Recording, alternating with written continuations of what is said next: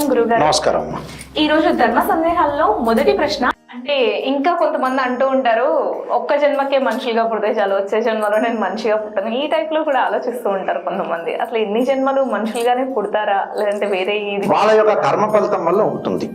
మొత్తం కర్మ ఫలితం వల్ల ఉంటుంది. మనిషి జన్మ అనేది మంచిదే, కానీ మనం అంతా కూడా కరెక్ట్ లేరు. మనిషి జన్మ ఎలా ఉంటుందంటే, మనిషి యొక్క జన్మ ఉదాహరణకి మా దగ్గరికి జాతకాలకు వస్తుంటారు. వచ్చిన వ్యక్తులు ఎలాంటి పర్సన్స్ చెప్పమంటారా? అబ్బాయి అమ్మాయి జాతకం తీసుకొస్తారు. తీసుకురాగానే ఎమ్మటే ఒక గురువు గారి దగ్గరికి వెళ్తారు. వెళ్ళంగానే గురువు గారు ఈ రెండు జాతకాలు బాగలేదండి, మీరు ఆగండి అంటాడు. వాళ్ళకి నచ్చదు ఆ విషయం. ఇంకో గురువు గారి దగ్గరికి వెళ్తారు. అలా 5గురు దగ్గరికి వెళ్ళిన తర్వాత 6 ఆయన ఆలోచన చేస్తాడు వీళ్ళ గురించి. ఏమని ఆలోచన చేస్తా అంటే, 6వ వాడు ఇప్పుడు మాలాంటి వాళ్ళు అంతా ఓపెన్గా చెప్పేస్తారు. ఓపెన్ చెప్పని వ్యక్తులు కూడా చాలా మంది ఉన్నారు. ఆ ఓపెన్ చెప్పని వ్యక్తి ఏం చేస్తా అంటే, వీళ్ళకి సాటిస్ఫై కాలేదట్టుంది, నాయకండి మల్లికార్జున గారి దగ్గరికి వెళ్ళారు, ఇంకో గురువు గారి దగ్గరికి వెళ్ళారు, ఇంకో దగ్గరికి వెళ్ళారు, అలానే నాగనాథ్ గారి దగ్గరికి వెళ్ళారు, వావిలాల్ దామోదర్ శర్మ గారి దగ్గరికి వెళ్ళారు. వీళ్ళందరూ కూడా నిజంగా నిజాలు చెప్తున్నారు. వీళ్ళు చెప్పినప్పుడు మనం వేరే వాళ్ళ దగ్గరికి వెళ్ళాలని వేరే వాళ్ళ దగ్గరికి వెళ్తారు. వెళ్ళగానే వాళ్ళందరూ గమనిస్తారు, అయ్యో ఈయన నాయకంటి మల్లికార్జున శర్మ గారి దగ్గరికి వెళ్ళారు, నాగనాథ్ గారి దగ్గరికి వెళ్ళారు, వావిలాల్ దామోదర్ శర్మ గారి దగ్గరికి వెళ్ళారు, వీళ్ళందరి దగ్గరికి వీళ్ళు వెళ్తున్నారు. బొమ్మటిపాటి రవికృష్ణ శర్మ దగ్గరికి వెళ్ళారు, రాళ్ళపల్లి రవికుమార్ దగ్గరికి వెళ్ళారు, వీళ్ళందరి దగ్గరికి వెళ్ళారు. సరేని వాళ్ళందరూ కూడా ఇంకోళ్ళు కూడా అప్రోచ్ చేస్తారు. వేరే రకరకాల లేడీస్ ఆస్ట్రాలజర్స్ దగ్గర కానీ అందరి దగ్గర అప్రోచ్ అయ్యి ఏం చేస్తారంటే, 6వ వాళ్ళని ఎన్నుకుంటారు. భర్త వెళ్తాడు, భర్త వెళ్ళి అందరికి చూపిస్తారు. అలానే భార్యాభర్తలు వెళ్తారు. భార్య ఏం చేస్తుంది, ఇంకో ఆస్ట్రాలజర్ దగ్గరికి వెళ్తారు. అలా వెళ్ళిన తర్వాత ఏమవుతుందంటే, చివరికి వాళ్ళు నిజాలు చెప్తారు. నేను ఇందాక చెప్పిన ఈ ఆస్ట్రాలజర్స్ అందరూ కూడా వాళ్ళందరి దగ్గరికి అప్రోచ్ అయినా వాళ్ళు నిజాలు చెప్పారనుకోండి. అలానే శంకరమంచి రామకృష్ణ శాస్త్రి దగ్గరికి వెళ్తారు, అలానే జంజాల లత గారి దగ్గరికి వెళ్తారు. వీళ్ళందరి దగ్గరికి వెళ్ళిన తర్వాత ఇప్పుడు ఆలోచన చేస్తారు, ఈ వ్యక్తి పర్సన్ నాకు ఫేవరబుల్గా చెప్పలేదు, నాకు ఫేవరబుల్గా చెప్పలేదు కాబట్టి ఈ చిత్రాల గురుమూర్తి గారు, సిద్ధాంతి గారు నాకు ఫేవరబుల్గా చెప్పలేదు, మల్లికార్జున శర్మ గారు చెప్పలేదు, ఇంకోటి చెప్పలేదు అని చెప్పి ఎమ్మడే ఏం చేస్తారంటే, వాళ్ళు ఆలోచన చేస్తారు. ఒక ఆస్ట్రాలజర్, అమ్మో పెద్ద పెద్ద వాళ్ళే ఉన్నారండి, పెద్ద పెద్ద వాళ్ళే చెప్పారు, బట్ వీళ్ళు చెప్పింది ఈయనకు నచ్చలేదు కాబట్టి ఆయన నచ్చినట్టు వాళ్ళకి నచ్చినట్టు ఆయన చెబుతారు. బాగుందమ్మా సంబంధం, మీరు ముందుకెళ్ళండి అని హ్యాపీగా సంతృప్తికరమైన జీవితానికి అలవాటు పడి ఉంటారు వీళ్ళు. అది ప్రజల్లో ఉన్న మార్పు. అది ప్రజల్లో ఏమిటంటే, ఏదైతే ఇష్టమవుతుందో ఆ ఇష్టాన్ని చెబితే హ్యాపీ. ప్రముఖ జ్యోతిష్యులు బ్రహ్మాండంగా చెప్పారు, వాళ్ళందరికీ నచ్చినట్టు అర్థం అవుతుంటుంది. ఇక్కడ ఏమవుతుందంటే, ఎవరు సంతృప్తికరంగా చెప్తారని ఎదురు చూస్తుంటారు.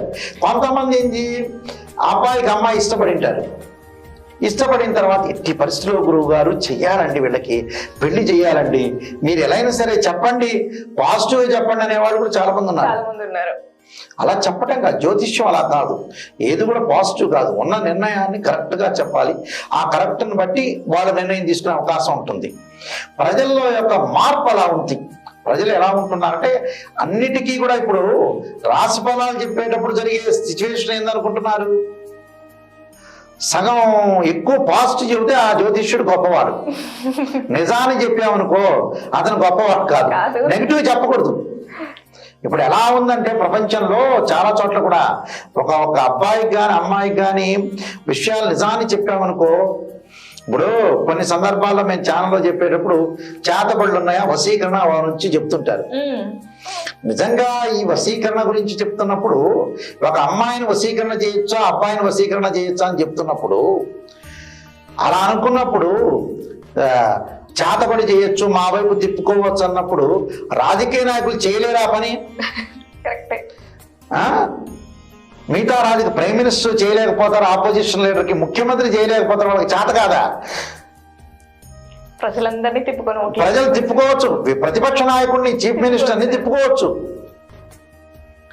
5 నిమిషాల్లో చేతపడో గీతపడో వశీకరణ చేసి, అందువల్ల జన విజ్ఞానికి తిట్టేది విషయం మీద. నిజం తిట్టేది దాని గురించే కొంతవరకు. సరే వాళ్ళు చెప్పే వర్షం వేరులేండి. కానీ కొన్ని మూఢనమ్మకాలు ఉండకూడదు. జ్యోతిష్యం అనేది సైంటిఫిక్ రీజన్, ఆస్ట్రాలజీ, ఖగోళ శాస్త్రం ఇవన్నీ కరెక్టే, కానీ కొన్ని ఫేక్ ఉన్నాయి ఇందులో. ఆ ఫేక్లో ఏంది? వశీకరణ.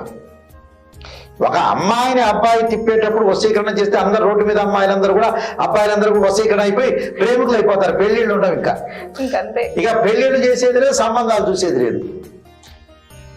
అవన్నీ ఫేక్. ఏదో జాతపడి కాస్మోరా సినిమాలోనో, తులసీదళాల సినిమాలోనో 1986లో పిక్చర్ వచ్చింది.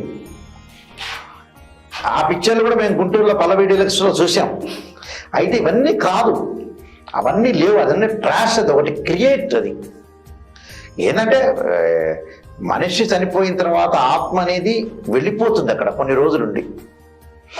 ఆత్మ అనేది వేడకపోతే ఏదో కొన్ని చోట్ల అక్కడక్కడ దయ్యంలా కనపడే దృష్టి అనేది కొద్ది చోట్ల, చాలా ఒక 2% మాత్రమే. అది ఎక్కువ ఉండదు, ఎక్కువ సార్లు కనపడదు. దయ్యంగా కావటం కూడా రాంగే. ఏదో 2% వాళ్ళ యొక్క కోరికలను బట్టి ఉంటుంది. ఏదో సినిమాల్లో మూమెంటే కానీ అంతగా మూమెంట్ అనేది లేదు. అలాగా లేకపోతే మాకెప్పుడు మేము శ్రీశైలంలోనే ఉన్నాం. అలాంటివన్నీ ఎప్పుడప్పుడు కనపడదు అడవుల్లో, ఫారెస్ట్లో. అది ఏమీ లేదు, మూఢనమ్మకాలు ఇవి. జ్యోతిష్యాన్ని చూడాలి, శాస్త్రపరంగా వెళ్ళాలి, యజ్ఞయాగాధికృతులు చేయాలి. ఇది సైంటిఫిక్ రీజన్.